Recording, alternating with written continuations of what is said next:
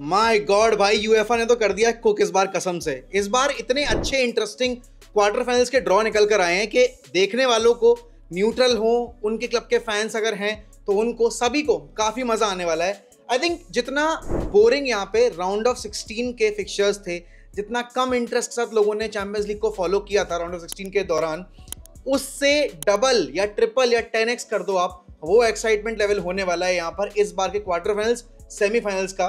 क्यों? उसका रीजन बताता हूं मैं आपको। अब यहाँ पर आर्सेनल खेलने वाली है बायर्न म्यूनिख को। लास्ट टाइम जब आर्सेनल खेली थी चैंपियंस लीग का मुकाबला, इससे 7 साल पहले, तब भी बायर्न म्यूनिख ने ही उनको हराकर 10-2 की एग्रीगेट स्कोर लाइन से बाहर किया था।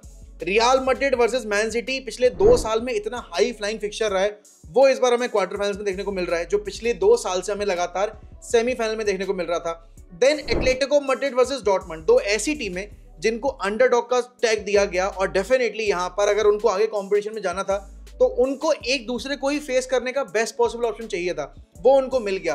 बार्सिलोना यहां पर पीएसजी को फेस कर रही है। पीएसजी का भी अगर आप देखोगे रिकॉर्ड जो वो खासा खराब रहा है, और बार्सिलोना इतने साल से जो अवे लेग का उनका खराब परफॉर्मेंस था, इस साल उनको सेकेंड लेग जो वो अपने होम पे खेलने को मिल रहा है। ऑल्सो इसके बाद अगर अगले फिक्चर की बात करूं मैं, अगर सेमीफाइनल्स में जाते में, तो यहां पर आप देख लो यार, सेमीफाइनल में बार्सिलोना और पीएसजी फेस किसको करेंगी?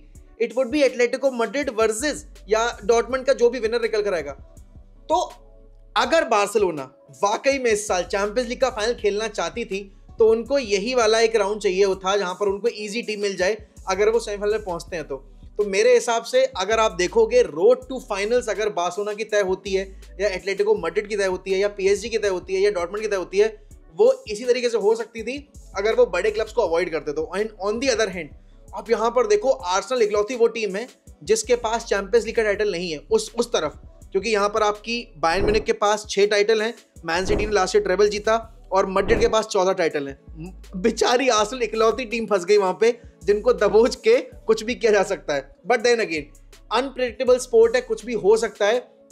इस वक्त पे जो फिक्चर्स हैं क्वार्टर फाइनल्स के, उनका प्रेडिक्शन मैं दूंगा अपना। मैं किसको समझता हूं कि कौन टीम आगे जाएगी। तो एटलेटिको मैड्रिड वर्सेस डॉर्टमुंड वाले फिक्चर में डॉर्टमुंड ने अपने ग्रुप ऑफ डेथ में बहुत अच्छी फुटबॉल खेली, वो वहां पे ग्रुप टॉप करके आए। पिछले राउंड में भी उन्होंने यहाँ पर अच्छी परफॉर्मेंस दी पीएसवी के अगेंस्ट, और वो क्वालिफाई कर गए। लेकिन एटलेटिको मैड्रिड ने इस सीजन जो परफॉर्मेंसेस दी हैं वो भाई काबिले तारीफ है। स्पेशली जो पिछले आपने देखा था, पिछले मैच में, पिछले मुकाबले में इंटर मिलान के अगेंस्ट जो कमबैक किया था, जो कैरेक्टर शो किया था, डिएगो चोलो सिमियोनी को वो रिस्पेक्ट अगर गेन करनी है, आई थिंक यार बहुत टाइम हो गया। एटलेटिको मैड्रिड 2 बार फाइनल्स खेल चुकी है, जीती नहीं क्योंकि उनके सामने मैड्रिड थी, लेकिन इस बार मेरे ख्याल में अच्छा मौका है उनके पास यहाँ पर फाइनल तक पहुंचने का। तो मैं अपना प्रेडिक्शन देता हूं because of the squad depth and because of the quality of the manager. I feel कि यहाँ पर Atletico Madrid will be the team जो कि सेमीफाइनल में जगह बनाएगी पक्के तौर पे। अब होने को तो कुछ भी हो सकता है, बट मुझे ग्रीजमैन के ऊपर, उनके मिडफील्ड के ऊपर, और स्पेशली सिमियोनी के ऊपर बहुत भरोसा है। टॉकिंग अबाउट उसके बाद जो अगला फिक्चर है बार्सिलोना वर्सेस पीएसजी, इंपॉर्टेंट चीज यहाँ पे नोटिस करने वाली है कि Pedri will be back, Frenkie de Jong will be back. तो 2 उनके जो मेन प्लेयर्स थे वो वापस आ जाएंगे।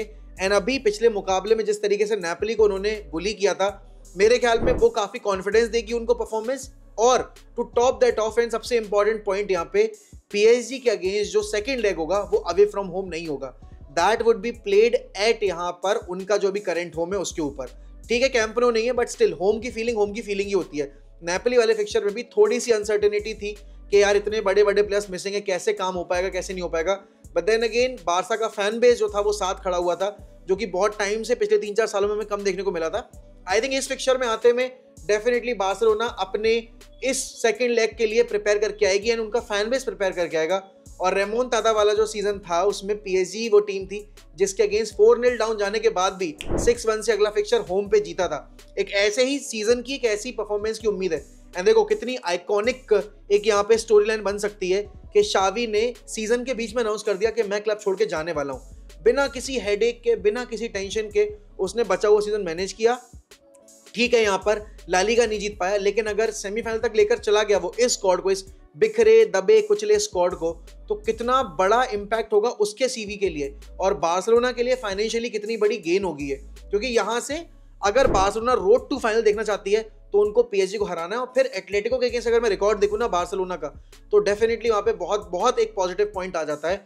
उसके बाद यहाँ पर अगले फिक्चर की अगर बात करूं मैं, मैड्रिड वर्सेस मैन सिटी। अब लास्ट 2 साल से ये फिक्चर हो रहा था यहाँ पे सेमीफाइनल में, और इस साल ये फिक्चर हो रहा है यहाँ पे क्वार्टर फाइनल्स में। फर्क क्या पड़ने वाला है? अब जैसे मैड्रिड की ना हमेशा सेकेंड लेग की परफॉर्मेंस बेहतर होती है, क्योंकि वो हमेशा सेकेंड लेग अपना मेजॉरिटी टाइम्स होम पे खेलते हैं, लेकिन लास्ट ईयर भी यही हुआ था, they had to play their fixture away from home. और फिर इस साल भी यही हो रहा है कि सेकेंड लेग जो है मैड्रिड वर्सेस सिटी का, वो अवे फ्रॉम होम हो रहा है। मैन सिटी के लिए थोड़ा सा चिंता की बात यह है कि उनके प्लेयर्स थोड़े से कम फोकस लग रहे हैं। मैड्रिड के लिए चिंता की बात यह है कि उनके बहुत सारे प्लेयर्स जो है ना वो इंजर्ड होकर बाहर बैठे हुए हैं। अब न्यूज़ तो आई है कि एडर मिलिटाओ वापस आ जाएगा, कोर्टुआ वापस आएगा ही नहीं आएगा, क्योंकि अगर कोर्टुआ वापस आ रहा है तो थोड़ा सा कीपिंग डिपार्टमेंट उनका बेटर हो जाएगा, जो कि जरूरत भी है। लास्ट ईयर भी अगेंस्ट मैन सिटी काफी मोमेंट्स क्रिएट हुए थे जहां पर कोर्टुआ ने उनको गेम में बना के रखा हुआ था, बट अल्टीमेटली वो टोटल कोलैप्स हो गया था उसके बाद सेकंड हाफ में, and then Man City just totally bullied Madrid. लेकिन ना इतना वन साइडेड फिक्चर नहीं होगा मेरे ख्याल में। मैड्रिड और सिटी दोनों के ही फैन बेसेस एक दूसरे को फेस नहीं करना चाहते थे early in the competition, but वो उनको अब मिल गई है टीमें।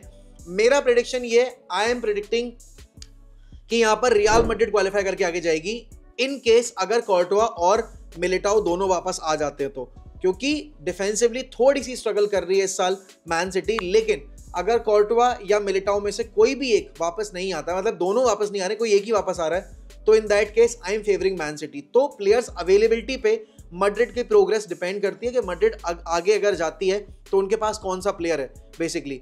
उसके बाद अगर मैं यहां पर देखूं, जो आखिरी फिक्चर है Arsenal versus Bayern Munich. Bayern Munich in a struggling season have reached the quarter finals of the competition. वो लीग में अच्छा नहीं कर रहे, वो डीएफबी पोकल में अच्छा नहीं किए, आई गेट इट। लेकिन आर्सेनल को अगर मैं देखूं ना, आर्सेनल को यहाँ पे टाइटल अपना प्रीमियर लीग का भी देखना है और चैंपियंस लीग का भी देखना है। और इस वक्त पे जो एक उम्मीद लगाई थी आर्सेनल के, यार हमें ना थोड़ा इजी फिक्चर मिल जाता तो हम बेटर कर जाते लीग में, वो चीज़ यहाँ पर नहीं होने वाली है।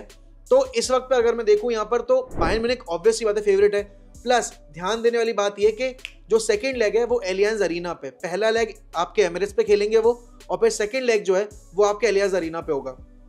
और बायर्न म्यूनिख को एलियांज अरीना पे हराना, चाहे किसी भी फॉर्म में आप जा रहे हो, बहुत मुश्किल है। प्लस साइकोलॉजिकल प्रेशर भी है कि बायर्न म्यूनिख ने उनको इतनी नाइटमेयर्स दिए हैं चैंपियंस लीग में, आपके यूरोपियन नाइट्स में, कि definitely Arsenal will be traumatised इस फिक्चर के बाद। देखो अगर एक टीम क्वार्टर्स तक आ गई है ना और उनके पास क्वालिटी है, तो आपको पता है कि पलड़ा किस टीम का भारी है। I am not ruling out the possibility of Arsenal qualifying into the semifinals, but अगर मुझे फेवरेट्स के तौर पे पिक करना होगा, आई वुड पिक यहाँ पर बायर्न म्यूनिख। तो मेरे जो 4 सेमीफाइनलिस्ट होंगे वो होंगे आपके Atletico Madrid, Barcelona, Bayern Munich, and players availability अगर मैड्रिड के पास पूरी है तो यहाँ पर रियल मैड्रिड, वरना तो मैन सिटी। अब इसके बाद अगर मैं फाइनल्स की बात करूं, तो देखो एटलेटिको मैड्रिड वर्सेस बार्सिलोना में आई वॉन्ट चोलो सिम्योनी टू विन, बट चोलो सिम्योनी का जो रिकॉर्ड है बार्सिलोना के अगेंस्ट, स्पेशली शावी के अगेंस्ट, वो खासा खराब है। तो उसको अगर मैं देखूंगा तो आई वुड से बार्सिलोना के पास अपर हैंड है। वेम्बली की स्टोरी लाइन है, सारी चीजें अभी फेवर में चल रही हैं, फिक्चर भी अच्छा मिल गया, तो मेरे ख्याल में बार्सिलोना के लिए अच्छी अपॉर्चुनिटी है यहाँ पर फाइनल्स में जगह बनाने की। बट ऐसा नहीं है कि मैं सिम्योनी को देखना नहीं चाहता, I really want Simeone to reach the finals, and मैं सिम्योनी को एक बार चैंपियंस लीग की ट्रॉफी लिफ्ट करते देखना चाहता हूँ। But on the other hand अगर मैं यहाँ पर देखूँ तो मैं ये पॉसिबिलिटी भी रूल आउट नहीं करूंगा कि आप यहाँ पर बार्सिलोना को बिल्कुल ही डिस्कार्ड कर दो। बार्सिलोना के पास इंजरी इश्यूज हैं, बट बार्सा का रिकॉर्ड बड़ी टीमों के अगेंस्ट अच्छा रहा है। स्पेशली अगर मैं डोमेस्टिक टीम्स की बात करूं, शावी का रिकॉर्ड अगेंस्ट कार्लो एंचेलोटी भी काफ़ी अच्छा है, शावी का रिकॉर्ड सिम्योनी के अगेंस्ट तो बहुत ही ज़्यादा पुरजोर है। तो यहाँ पर आई एम प्रेडिक्टिंग कि अगर बार्सिलोना और एटलेटिको एक दूसरे के सामने टकराती हैं तो Barcelona will reach into the finals, and they will play the finals after कितने ईयर्स, आफ्टर 8 लॉन्ग ईयर्स, क्योंकि 2015 के बाद वो फाइनल नहीं पहुंचे हैं। तो it would B monumental achievement for them, and वहां से फिर टाइटल जीते ना जीते वो एक अलग चीज हो जाती है। बट शावी के सीवी के लिए ये बहुत बड़ा बूस्ट होगा, और बार्सिलोना के प्रोजेक्ट प्रेजेंटेशन के लिए अगले मैनेजर के साथ बहुत बड़ा बूस्ट होगा। और क्या पता अगर यहाँ पर शावी चैंपियंस लीग का फाइनल हिट कर देते हैं तो क्या पता वो एक सीजन और रुक जाएं। तो ये जो बातें, जो दलीलें चल रही हैं, हो सकता है चीजें चेंज हो जाए और लपोर्टा उनको कन्विंस कर ले रुकने के लिए। दूसरी साइड अगर मैं आऊं, मैड्रिड वर्सेस बायर्न या फिर Man City versus Bayern, I think Bayern won't be able to reach the finals. जो भी Real Madrid versus Man City के फिक्चर का विनर होगा ना, फाइनल वही खेलेगा। तो it could be an El Clasico final, it could be a Barcelona versus Man City final as well, मतलब that is what my prediction is. और it could be Madrid derby final, या फिर यहाँ पर आपकी Atletico Madrid versus Man City final. I am not ruling out Bayern Munich completely, but मेरा मानना ये है जो बैटल ऑफ जाइंट्स की बैटल जीतेगा वो अल्टीमेटली जाकर फाइनल्स खेलेगा और वही फेवरेट बनेगा वहां पर चैंपियंस लीग जीतने का। अब उसमें फेरबदल हो सकते हैं, अपने अपने ओपिनियंस हैं, ये मेरा ओपिनियन है, ये कोई फैक्ट नहीं है, तो मैं अपने ओपिनियंस को स्टैंड बाय मतलब बेसिकली मैं अपने ओपिनियंस को बैक करूंगा और आई एम प्रेडिक्टिंग के फाइनल में आपको दिख सकती है बार्सिलोना वर्सेस मैन सिटी या फिर बार्सिलोना वर्सेस रियल मैड्रिड। सोचो, just imagine the hype of that fixture कि एल क्लासिको हो रहा है यूएफए चैंपियंस लीग के फाइनल में। It would be absolutely crazy कि यहाँ पर क्या मतलब एक व्यूअरशिप हाइक जो मिलेगा। देन आप बोलोगे यहाँ पर बार्सिलोना अगर जीतती है उस एल क्लासिको फाइनल को या मैड्रिड जीतती है उस एल क्लासिको फाइनल को, तो वो अचीवमेंट पिछले 15 जो रहे हैं या फिर जो 2 ट्रेवल रहे हैं उससे बड़ी होगी भाई। तो this would be absolutely crazy. या फिर मैन सिटी अगर पहुंचती है एंड व्हाट इफ शावी स्कूल कर देता है अपने मास्टर को यहाँ पे पेप गार्डियोला को और बार्सिलोना जीतती है यहाँ पर अपना यूसीएल वापस से, इट वुड बी हिस्टोरिक भाई। और शावी का सीवी तो फिर छत फट जाएगा।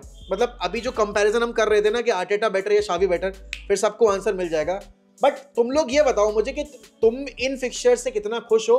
ऑल्सो इसी के साथ मुझे ये भी बताओ कि तुम्हारे हिसाब से आर्सेनल की ये जो फिक्चर बनी है बायर्न के साथ, क्या ये उनका प्रीमियर लीग का जो सीजन है वो भी थोड़ा डिसबैलेंस कर सकती है, अनबैलेंस कर सकती है। और सेमीफाइनलिस्ट कौन होंगे तुम्हारे हिसाब से इन फिक्चर से निकलकर, एंड यहाँ पर फाइनल में तुम किसको जाता देख रहे हो। और अगर आपको वीडियो पसंद आई है, इंटरेक्टिव लगी है, तो लाइक करिए वीडियो को, सब्सक्राइब करिए 1MFC को, एंड साथ ही साथ बाकी वीडियो देखना मत भूलेगा। Hit that bell icon and follow us on Instagram as well. बाकी इसी के साथ मैं आपसे लेता हूं अलविदा। Bye bye, take care.